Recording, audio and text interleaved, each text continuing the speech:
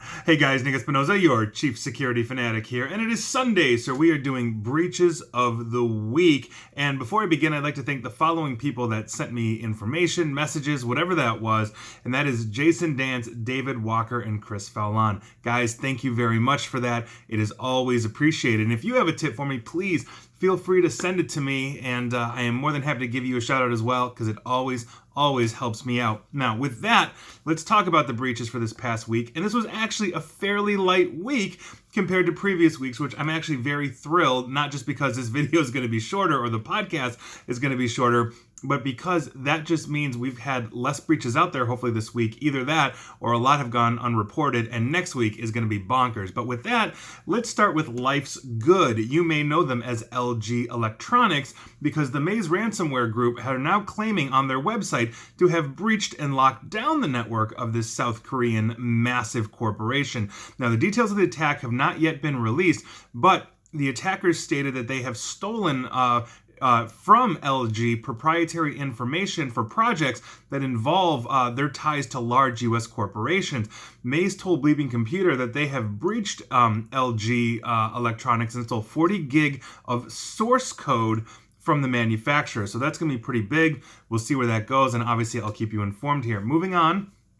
Let's talk about a malicious hacker group called Cloud Security. They have been breaking into old Lenovo EMC. They are formerly known, these old network-attached storage devices are formerly known by the company of Iomega. I think I had one of these like 20 years ago, and obviously it's been decommissioned, but they've been breaking into these old Iomega, now Lenovo EMC network-attached storage devices, or NASs, and they've basically been wiping files and leaving ransom notes, asking for owners to pay between $200 and $275 to get their data back. This has been happening now for at least a month, and they appear to have been targeting only these old Iomega NAS devices that are exposing their management interface to the internet without a password. So if you bought one of these things like a decade ago or whatever, and it's been running ever since and it hasn't gone down, you may actually have this thing configured in a way that is exposing it to this kind of attack. So heads up to you if you're doing that. Moving on, let's head on down to South Africa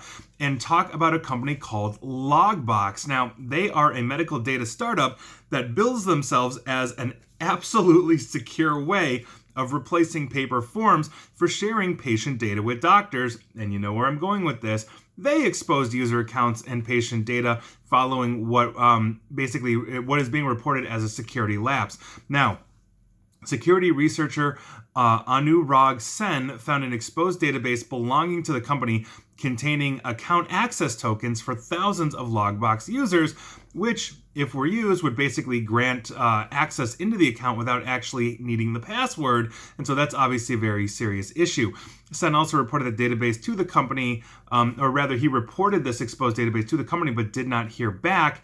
And after TechCrunch reached out, the database was pulled offline, but Logbox has declined to comment. So we're going to see what that happens, but heads up if you are a user of Logbox in South Africa. Moving on, let's head to the Great White North of Canada and talk about LifeLabs.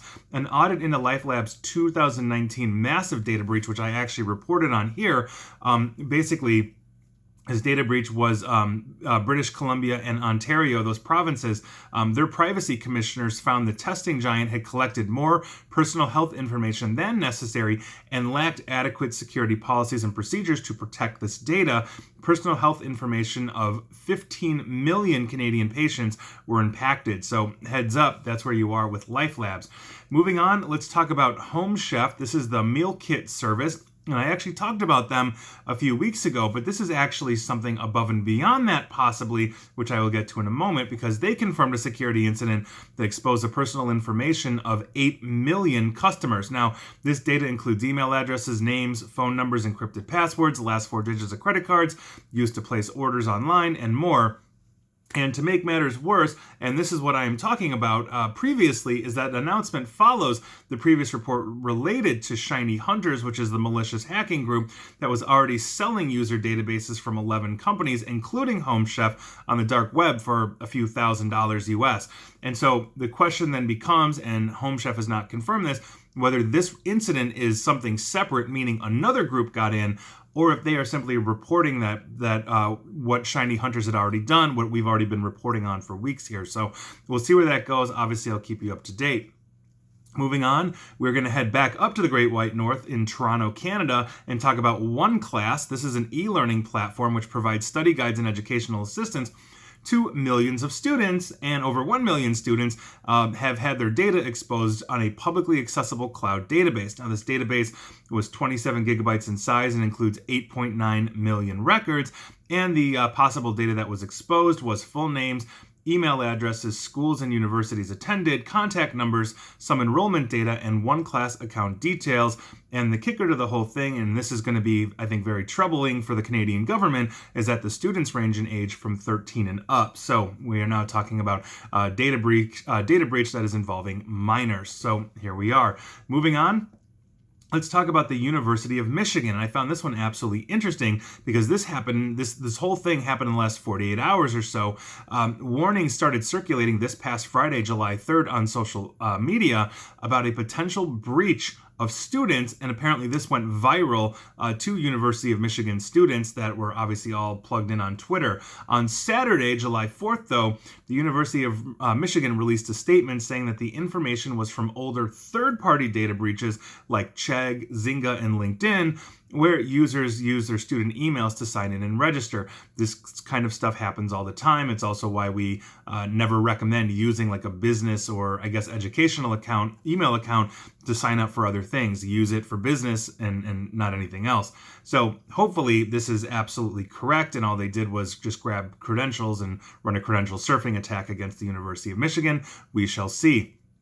Moving on, let's talk about the Florida Orthopedic Institute. This is one of Florida's largest orthopedic practices, and this is actually an update on something that I reported, I believe it was last year, or maybe it was earlier this year.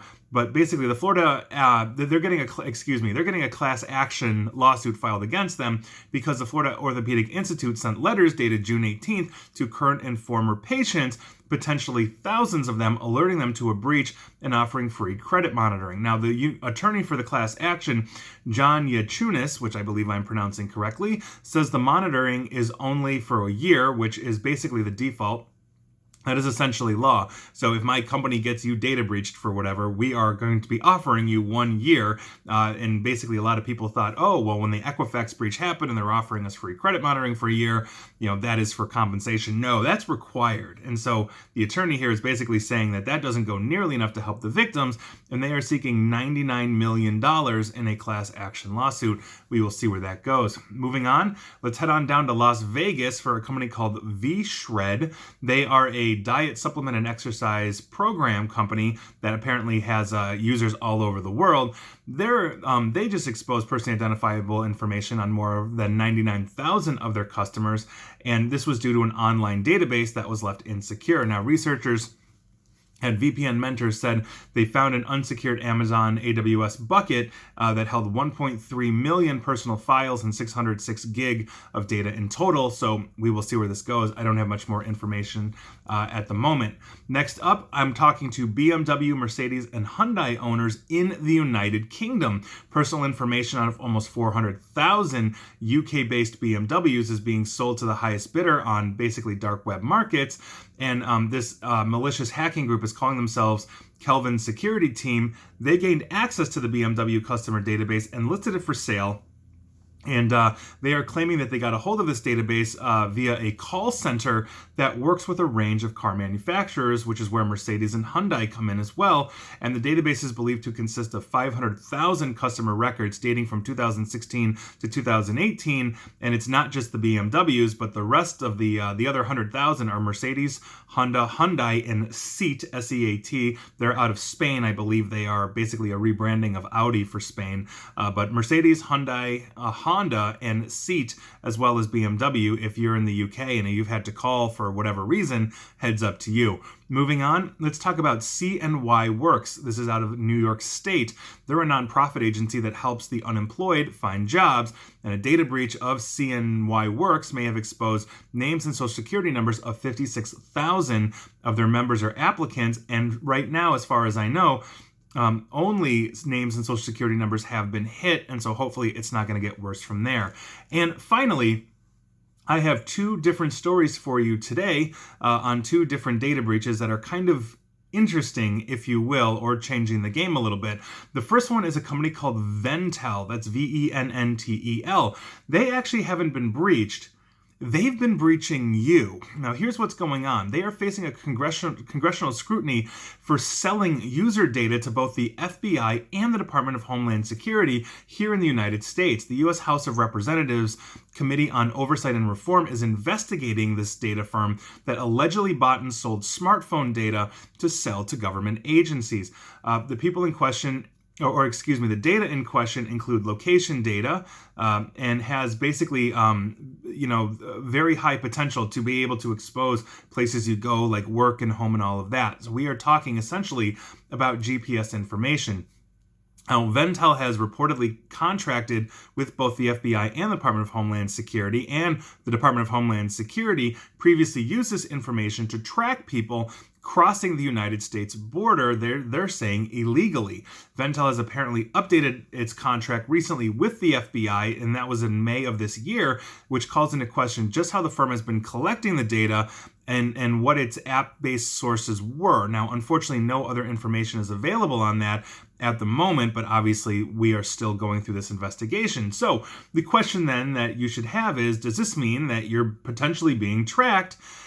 And yes, could you have your FBI or your phone rather by the FBI or DHS tracked? It is possible. And there are a few hurdles that the agencies would have to overcome to know exactly who you are, because all they're doing is getting the location data. But other databases they have access to could easily put you and your phone together and then start tracking you. Location Smart, for example, was a service that was notorious for doing this. Now, typically location data is anonymized and encrypted, but as soon as we start getting these data points, that is a very serious issue, which means, yes, if you are in some way, shape, or form a suspect by the FBI or the DHS, or if they're expanding it, let's say, above and beyond that, meaning, let's say I have an unknown associate that happens to be an illegal immigrant or something like that, or illegal, let's say that's unbeknownst to myself, they might be tracking anything and everything in terms of proximity. So that person comes over to my house for dinner one night and leaves. Now the FBI sees, oh, well, they went to Nick's house, so let's go ahead and track Nick because maybe he's part of a conspiracy. So you never know, and we're going to see where this goes. But this is obviously a massive, massive privacy violation for U.S. citizens, and also other people in this country as well. So again, I will keep you up to date on that. And finally, I want to talk about an unknown attacker with some serious chutzpah here. Now, he has uploaded a ransom note on 22,900 MongoDB databases that were basically the remaining databases that were left exposed online without a password, and that accounts for roughly 47% of all MongoDB databases accessible online, and that's according to ZDNet. Now, the attacker is using an automated script to scan for misconfigured MongoDB databases, wiping their content, and then leaving a ransom note behind for about $140 US or so. But here's where this becomes really unique. I mean, the mere fact that this individual was able to find all of these databases, automate it, scan it, and then just run ransom through the whole thing is pretty impressive. But this is where it gets kind of crazy, because the attacker is giving 2 days to the company to actually pay this ransom, and he's threatening to leak the data and then contact the local GDPR regulatory body in the government of wherever you are to report the leak, so you get a fine. Now, this is why this is interesting. We have seen an evolution in ransomware, which basically said, okay, I'm going to lock out your data, you're going to pay me money, I will unlock your data. That was usually where it stopped, and so we could go to backup, we could restore your information. The next evolution of that was, I'm going to steal your data, I'm going to prove to you that I have it, and I'm going to threaten to put it online. So even if you can go to the backup, I am still going to go ahead and put it out there. Some companies and organizations are going to make the calculation to say, well, if all our data gets out there, we will actually eat that in our risk tolerance. And so by virtue of that, we'll restore the data and save the money. Now, the evolution is we're going to threaten to save it online and put it out online. And even if you say your risk tolerance is, we're not going to eat it, they're going to go to the GDPR that is going to level a fine on you. And GDPR is European based, but a lot of different countries have Data breach laws, meaning, let's say there's a database in California. They could go to the California authorities for the CCPA or Australia or, wherever they are. And so that's the next evolution. So if you don't pay me, I'm going to leak them online and you're going to get a fine. And everybody's going to know anyway then, because you're not eating that. You can't eat that tolerance because you're going to have to pay. So it's in your best interest to pay. I think this might be the next trend that we see, because people are going to look at this and say, or rather malicious hackers are going to look at this and say, oh yeah, that makes a lot of sense, because, I'm going to get companies out there where I've spent a lot of time getting in there and they don't care if I put their data out online. So by virtue of this, now they're going to get hit by a fine, and my ransom will be less than the fine they would get from GDPR. I think it's evil and it's brilliant and it's terrifying all at the same time. So that, I think, is going to be the next evolution. I think we're going to start to see that spike. You heard it here first, but that is absolutely crazy. And those were your breaches of the week. Were you affected? If you're in the United States, I'm thinking you might have been. And please like, share, follow me here on Facebook and Twitter at NickAESP. And please feel free to subscribe to me at YouTube as well. And as always, stay safe and stay online. Thanks, guys.